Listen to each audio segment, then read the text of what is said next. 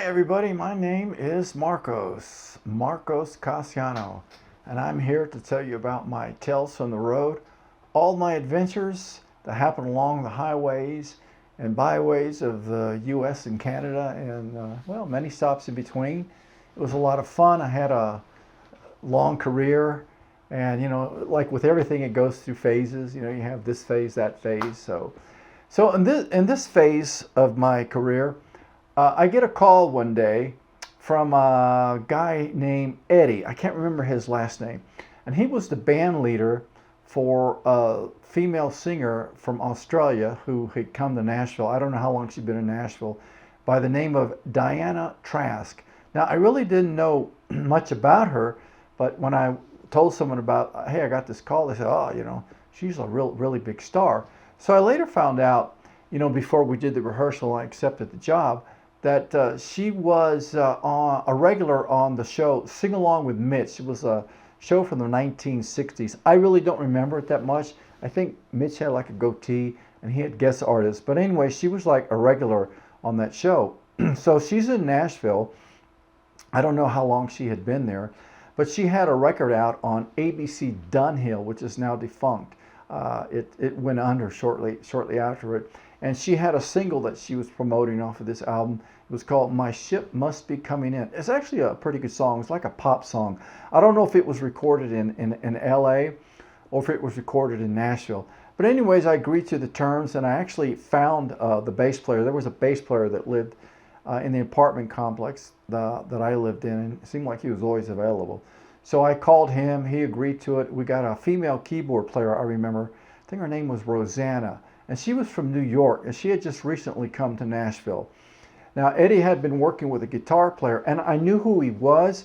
His name was Danny Countess, and he was a really good guitar player. Remember, he played a Les Paul, but he was also a ventriloquist, so he had a dummy with him he brought everywhere, and his name was Cecil. So the day comes to rehearse, and somehow we ended up rehearsing at my apartment. And what was interesting, the apartment that I lived in, the apartment complex, everybody knew we were musicians, and we were always rehearsing. We're always doing something in there.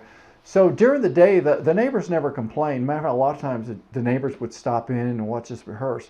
So that was pretty normal. And a lot of times it was warm, it wasn't cold. We just leave the door open and people would come in. So on this particular day, we're going to rehearse with Dianna Trask. Everybody gets there, we set up. I think Dianna comes later after we're set up. And I think she just introduced herself really quick. Hi, I'm Dianna. I remember she seemed kind of shy, and she kind of sat in a little chair, and she was just like singing like this, and she was like kind of almost real mousy like, just kind of like she wasn't really singing out. She was just kind of like feeling her way through the music, and I guess checking everything out. So everything checked out real good. We played her hit record really well, I remember. And so then the day came, I don't know, 2 days later, she had a station wagon and we pulled a trailer. But Dianna and her husband, they didn't travel with us. So the band, we had like an old white station wagon, I don't remember what brand, and we pulled a trailer. So we go down to Pensacola, Florida to do our first gig. And it was interesting because when we get there, I believe we were playing at the Monsanto plant, Monsanto factory. Because when we pulled in, I mean, the grounds were beautifully trimmed. It was just beautiful down there. So when we get there, I find out we're actually opening up for George Lindsay, who was Goober on Mayberry RFD. And so, we actually meet Goober like backstage. It wasn't a backstage, it was like a little tent off to the side, and we meet him. And then I remember he kind of leaves, and then Diana's husband, his name was Tom, I can't remember his last name. But one thing about him, he always went up to bat for us musicians. He always looked after us. So he comes back later and says, George wants you guys to back him up because he's going to do a few songs in his show and wants to know if you back him up. But I told him he was going to have to pay you guys $50 a piece because I think George just thought, we'd play with Dianna, we'd get done, we'd just stay on the stage. Goober would come out, George Lindsay would come out. He'd do his thing. He told jokes. In between jokes, he'd sing some songs, and we'd pick up the songs. So, George agreed to it. He paid us, $50 a piece. So, I always remember that, how Tom, Diana's husband, he always went up to bat for us, and he always looked out for us. and he never let people take advantage of us. You know, if you want to use my band, okay, you're going to have to pay them.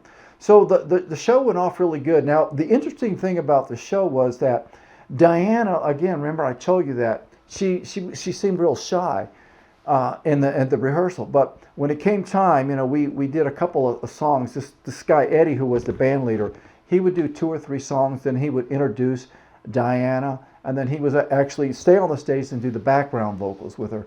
So we introduced Dianna. I remember she had this flashy red outfit on. She comes bursting out onto the stage.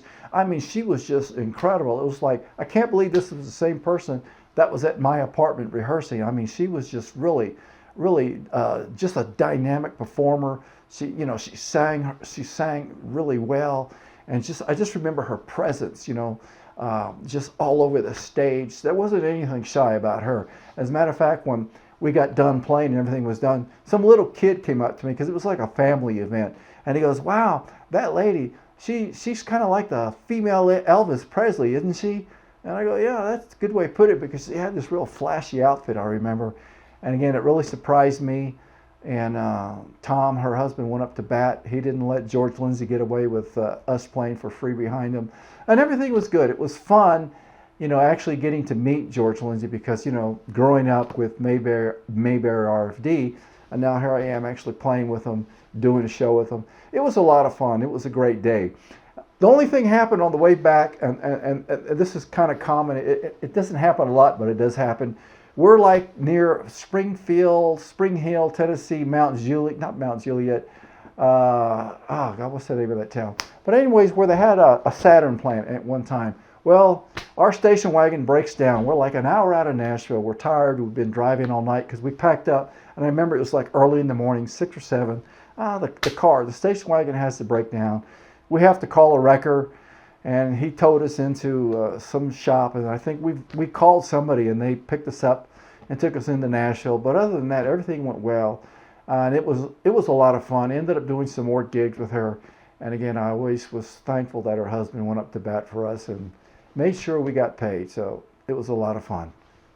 More later.